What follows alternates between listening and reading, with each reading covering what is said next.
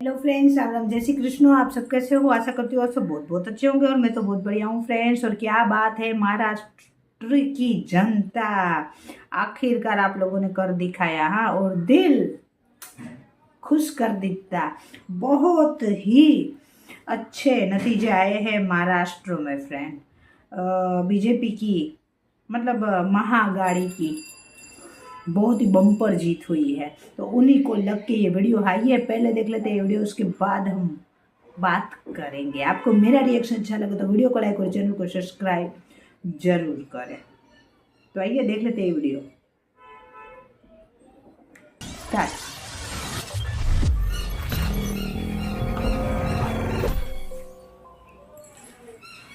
नमस्कार, NMF news पर आप सभी का बहुत स्वागत। मैं हूं आपके साथ अभिषेक पंडित।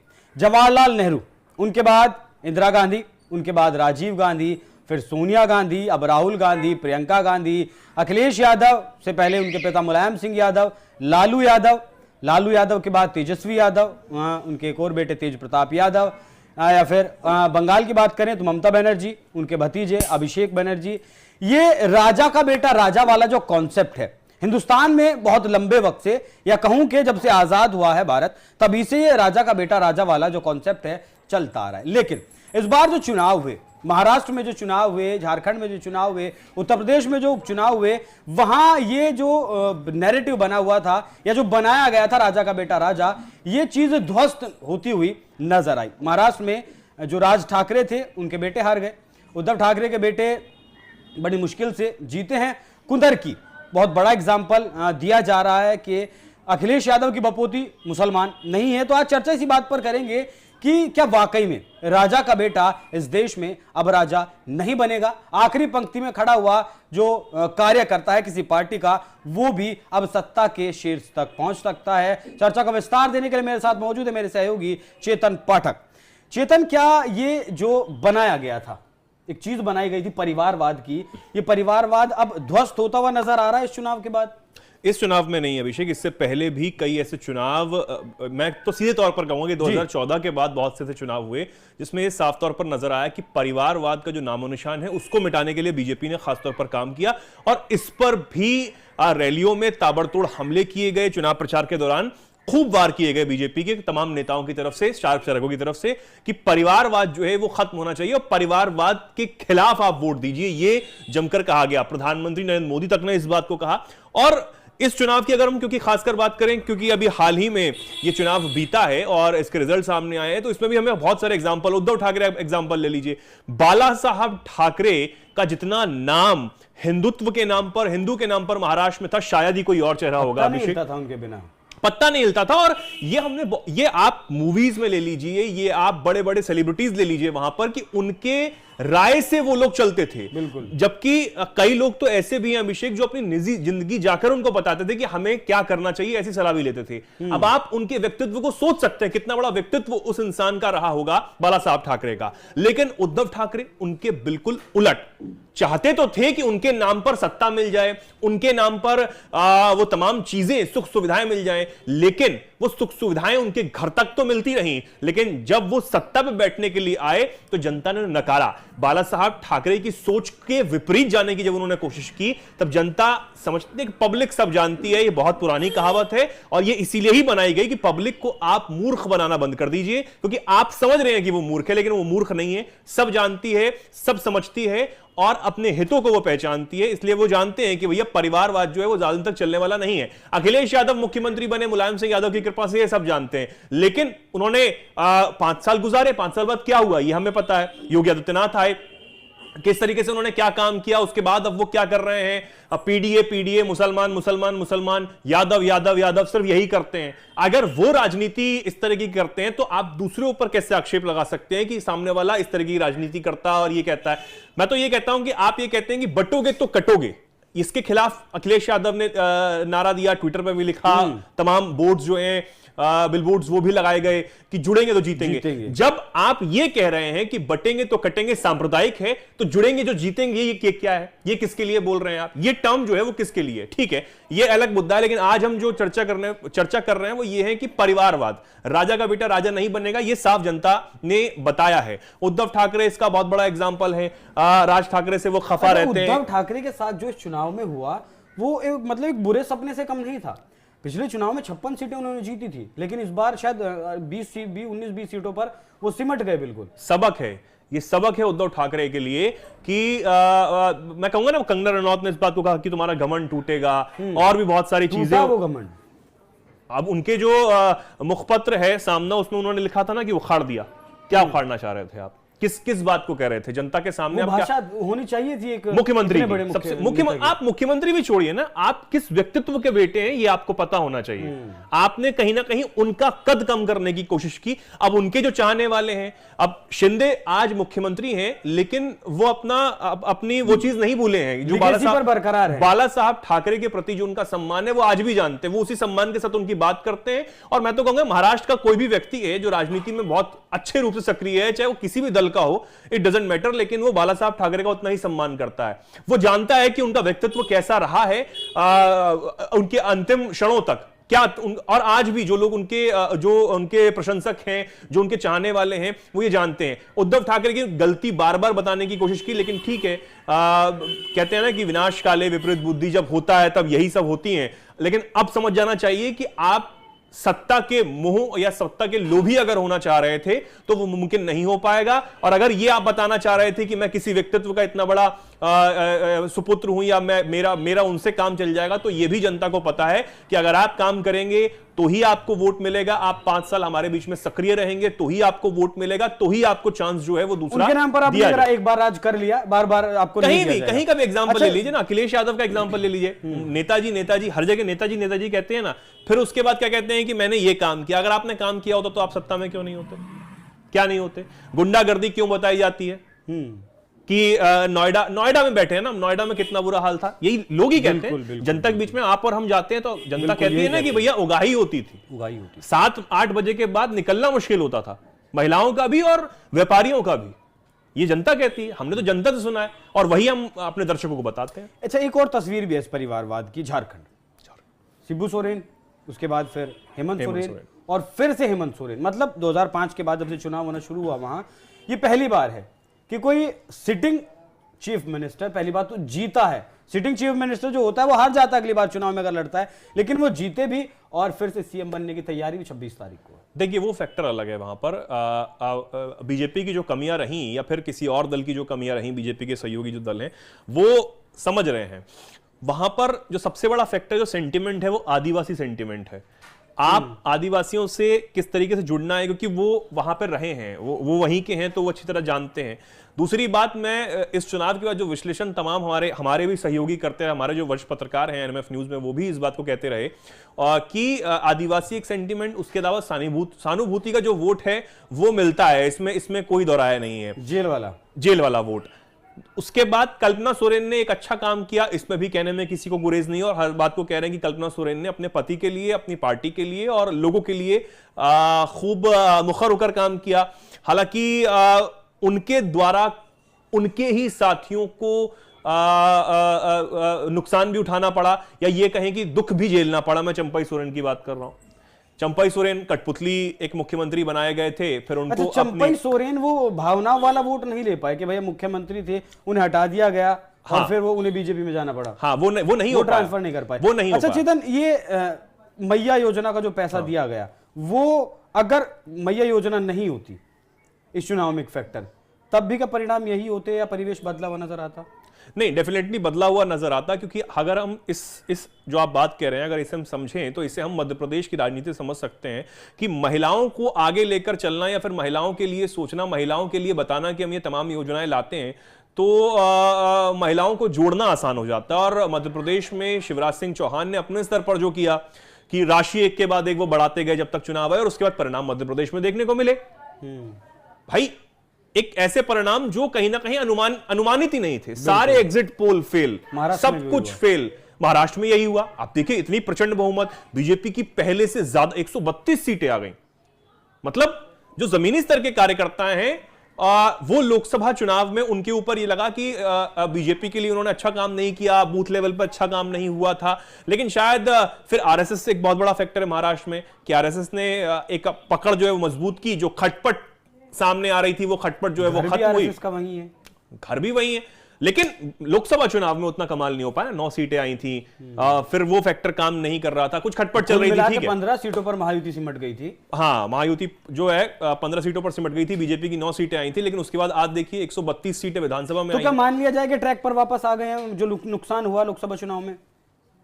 कह सकते हैं। और उसके बाद अब जो आने वाला लोकसभा चुनाव है, तब तक जो परिस्थितियां हैं, बहुत कुछ बदलाव उसमें आएगा। लेकिन मैं फिर कहूंगा कि लोकसभा का दायरा और विधानसभा का दायरा बहुत अलग अलग होता है। इसमें कुछ अलग बात नहीं है। लेकिन देवेंद्र फडणवीस ने जिस तरीके से काम किया, और जिम्मेदार व्यक्ति के नाते जो उन्होंने जून 2024 इसी साल जब 9 सीटें आई थी, तो अपनी जिम्मेदारी लेते हुए उन्होंने कहा कि मैं अपनी इसकी बात की जिम्मेदारी लेता हूं, तो ये बड़े व्यक्तित्व की निशानी है। और उससे बड़ा व्यक्तित्व तब आता है अभिषेक, जब एक मुख्यमंत्री, वो क्योंकि मुख्यमंत्री थे वो उससे पहले, उसके बाद जब गड़बड़ हुई और शिंदे जो है वो, शिंदे के साथ इन्होंने सरकार बनाई, जब उद्धव ठाकरे की सरकार गिरी, तो उन्होंने उप मुख्यमंत्री पद भी स्वीकार किया। सब जानते हैं कि उप मुख्यमंत्री पद जो है वो असंवैधानिक, मतलब संवैधानिक बनाया हुआ पद खुद से क्रिएट किया हुआ है। संविधान में ऐसा कुछ उसका रोल नहीं है। लेकिन ये बड़े व्यक्तित्व की निशानी है कि उन्होंने हिचकिचाए नहीं कि यार मैं मुख्यमंत्री रह चुका हूं, मैं उप मुख्यमंत्री क्यों रहूं, मैं किसी के अंडर में क्यों रहूं। सीमित हो जाता है ना, मुख्यमंत्री मुख्यमंत्री होता है। बिल्कुल। ये थोड़ा सा विषयांतर हो गया, हाँ, अलग हो गया। लेकिन बात बताना परिवारवाद में जो है एक कुंदरकी का भी मैं जिक्र करना चाहूंगा कि मुसलमानों को अपना परिवार ही लगभग मानते हैं अखिलेश यादव। 60% सीट मुस्लिम थे कुंदरकी की सीट पर, लेकिन प्रचंड जीत बीजेपी की। 60 से ऊपर, 1,44,000 वोटों से जीत। जमानत जब समाजवादी पार्टी कैंडिडेट की, जिनके द्वारा ये कहा गया कि अगर समाजवादी पार्टी किसी कुत्ते के गले में भी पट्टा डाल देगी तो वो भी जीत जाएगा। तो वो भी नकार दिया गया। और ये देखिए आप कि बटोगे तो कटोगे नारा, जो उसको अलग 36-37 मतलब निकालने की बात की जा रही थी, और लोगों के बीच में, खासकर मुस्लिम मतदाताओं के बीच में इस एक नारे को अलग ढंग से प्रेजेंट करने की बात की गई। तो क्या वो आपकी चाल समझ गए हैं? फिर तो यही है, वो तो समझ गए हैं कि भैया ऐसा तो कुछ नहीं है, यहां तो सबको योजनाओं का लाभ मिल रहा है। और दूसरी बात यह कि 60 से ऊपर जो प्रतिशत है वहां पर मुस्लिम वोटर्स। दूसरी बात यह कि जो वहां पर रामवीर सिंह जीते हैं, उनके प्रतिद्वंदी जो थे वो सबके सब 11 मुस्लिम प्रतिद्वंदी थे। ये भी एक बहुत बड़ा फैक्टर है। तो आप उसके बाद बीजेपी ने रिस्क लिया कि आप हिंदू जो है कैंडिडेट को दीजिए और उनको काम करने दीजिए। इतने सालों बाद ये रिजल्ट वहां पर फिर सामने आया कि अपने काम के बूते, अपने व्यवहार के बूते लोगों से जुड़ना। और मुसलमानों ने कोई हिचकिचाहट नहीं भरी कि हम बीजेपी को क्यों वोट दें। नोटों तक में तोल दिया। और रामवीर सिंह ने भी गुरेज नहीं किया जालीदार टोपी पहनने में। बिल्कुल, उन्होंने कोई गुरेज नहीं किया। जब आपको सम्मान मिलता है तो आप सम्मान देना भी जानते हैं ना। बिल्कुल, यही बात है सीधी सीधी। तो ये हाँ फ्रेंड्स, तो बहुत ही अच्छा ये वीडियो है। और महाराष्ट्र और यूपी में जो उपचुनाव थे उसमें भी बीजेपी की बम्पर जीत हुई है। उनको काफ़ी एनालाइज किया है और बहुत ही बढ़िया एनालाइज किया है, और बहुत ही बेहतरीन काम किया है महाराष्ट्र की जनता ने और यूपी की जनता ने। देखिए, क्योंकि ये नारा है कि बटोगे तो कटोगे, तो ये जो नारा है वो विपक्ष ने इस हिसाब से नैरेटिव सेट करने की कोशिश की कि वो दूसरे धर्म के खिलाफ ये नारा है। ये दूसरे धर्म के खिलाफ कैसे हो गया कि बटोगे तो कटोगे? ये हम हिंदुओं की जो खामियां हैं वो खामियां दूर करने के लिए ये नारा है। हम जो चार जातियों में बांट देते हैं एक दूसरे को कि भाई तुम वैष्णव हो, तुम शूद्र हो, तुम ब्राह्मण हो, तुम क्षत्रिय हो, क्यों? हम राम के वंशज हैं, हम सिर्फ हिंदू हैं, हिंदू। और बटोगे तो कटोगे, तो ये तो हम लोगों के पढ़ने में भी आता है कि भाई एक उंगली अगर ऐसे 5 लकड़ी है, एक लकड़ी ऐसे करोगे तो टूट जाएगी, ये 5 को 5 ऐसे करो तो ये नहीं टूटेगी। तो ये नारा तो मतलब बहुत पहले का है। उसी को ये नैरेटिव सेट करने की विपक्ष ने कोशिश की कि ये दूसरे धर्म के विरुद्ध ये नारा है, और हमारे मुसलमान भाइयों को गलत तरीके से उनका वोट यूज़ करने के लिए तो विपक्ष गया था हर जगह। भाई ये लोग तो गए नहीं हैं, जो विपक्ष जीता है, मतलब के महायुक्ति की जो गठबंधन जीता है, जो 3 पार्टियों से बनता है, वो लोग तो गए नहीं थे, विपक्ष गया था। तो उनको मुंह तोड़ जवाब है महाराष्ट्र की जनता का। और अभी ये लोग ये रोना रो रहे हैं कि ईवीएम खराब है, तो कोई मतलब अखिलेश यादव तो कुछ अलग ही बयान दे रहे हैं कि मुसलमानों ने वोट दे दिया। अरे तो किस में लिखा है कि मुसलमान वोट नहीं दे सकते बीजेपी को? मतलब कहाँ ऐसा लिखा गया है? अब पहले का मुसलमान नहीं है, अब समझदार हो चुका है कि उनको शुरू से ही वोट के लिए यूज़ किया गया है। तो अब वो मुसलमान भाई नहीं है, बहुत समझदार हो गए हैं वो। और इतनी बम्पर जीत जो आई है बीजेपी को, यानी महायुक्ति की जो गठबंधन है उनको, तो उसमें हमारे मुसलमान भाइयों के भी वोट हो गए। और उनको गलत तरीके से जो ये बहुत ही खराब नैरेटिव सेट करने की कोशिश की कि ये आप लोगों के खिलाफ है कि बटोगे तो कटोगे, वो तो मैं पहले ही बोल चुकी, हम हिंदुओं की खामी है। हम लोगों को तो बल्कि सीखना चाहिए दूसरे धर्म से कि वो लोग एक रहते हैं हमेशा से, तो हम लोग क्यों नहीं रह सकते? हम लोग कभी स्टेट वाइज बट जाते हैं कि तुम बिहार से आते हो, तुम गुजरात से आते हो, तुम महाराष्ट्र से आते हो। अरे हम हिंदुस्तानी बन के क्यों नहीं रख सकते? हम एक है, हिंदू हिंदू हिंदू।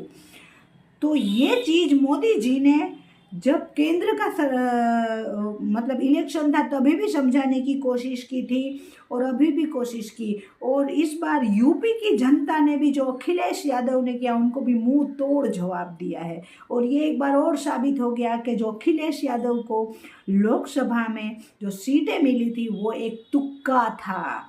आज भी मोदी जी का जादू बरकरार है, और उनके मोदी जी का जादू, देखिए हम कोई मोदी जी के भक्त नहीं हैं, उनके काम के भक्त हैं। ऐसा ही काम करके दिखा दे कांग्रेस, ऐसा ही काम करके दिखा दे अखिलेश यादव, तो हम उनके भी भक्त हो जाएंगे। लेकिन नहीं, बस गलत दिमाग लोगों के मतलब गलत बात लोगों के दिमाग में डालो, यही चीज़ विपक्ष कर रहा है, इसीलिए मुंह की खा रहा है हर जगह फ्रेंड्स। तो बहुत ही अच्छा चुनाव हुआ।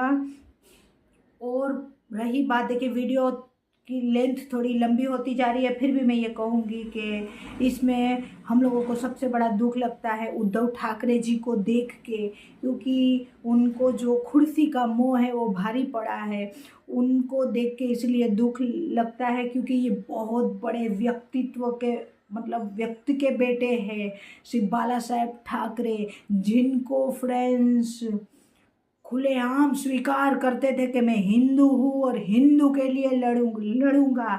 और एक ही बात से उन्होंने बीजेपी के साथ गठबंधन किया था राम मंदिर के मुद्दे पर, और उनकी विचारधारा और बीजेपी की विचारधारा एक थी। इसीलिए बाला साहेब ठाकरे का स्वर्गवास होने के बाद भी गठबंधन था, और गठबंधन को वोट मिलता था बीजेपी के साथ शिवसेना का। लेकिन जब उनकी विचारधारा ही चेंज हो गई, बाला साहेब ठाकरे ने एक बात कही थी कि अगर मेरे जीवन में अगर कभी भी ऐसे परिस्थिति आई कि मेरे को कांग्रेस के साथ जाना पड़े तो मैं मेरी राजनीति का शटर बंद कर दूंगा, राजनीति बंद कर दूंगा। ये बहुत बड़ी बात थी उन बड़े व्यक्तित्व की फ्रेंड, और उन्हीं के जो बेटे हैं वो चले गए। तो अब ये बात करनी विनाश काले विपरीत बुद्धि, आज वो कहीं के नहीं रहे हैं फ्रेंड्स। तो पब्लिक के साथ आप लोग मजाक मत करिए, विचारधारा आप आपकी चेंज करोगे तो पब्लिक भी अपनी विचारधारा चेंज कर देगी फ्रेंड्स। तो ये चुनाव महाराष्ट्र की जो इतनी बम्पर जीत है, ये उनका ही नतीजा और एग्जाम्पल है फ्रेंड्स, और ये बहुत बड़ी जीत है। मैं तो बहुत खुश हूँ फ्रेंड्स, ये मतलब बम्पर जीत है। इतनी तो मैंने भी मतलब मेरे को भी इतना नहीं लग रहा था कि जीत आएगी, लेकिन क्या पता, सोने पे सुहागा हो गया। तो ये वीडियो बहुत बहुत अच्छी थी। आपको मेरा रिएक्शन अच्छा लगे तो वीडियो को लाइक और चैनल को सब्सक्राइब जरूर करें। अब मिलते हैं ऐसे ही किसी अच्छी वीडियो में। बाय बाय, जय हिंद, वंदे मातरम, बाय बाय।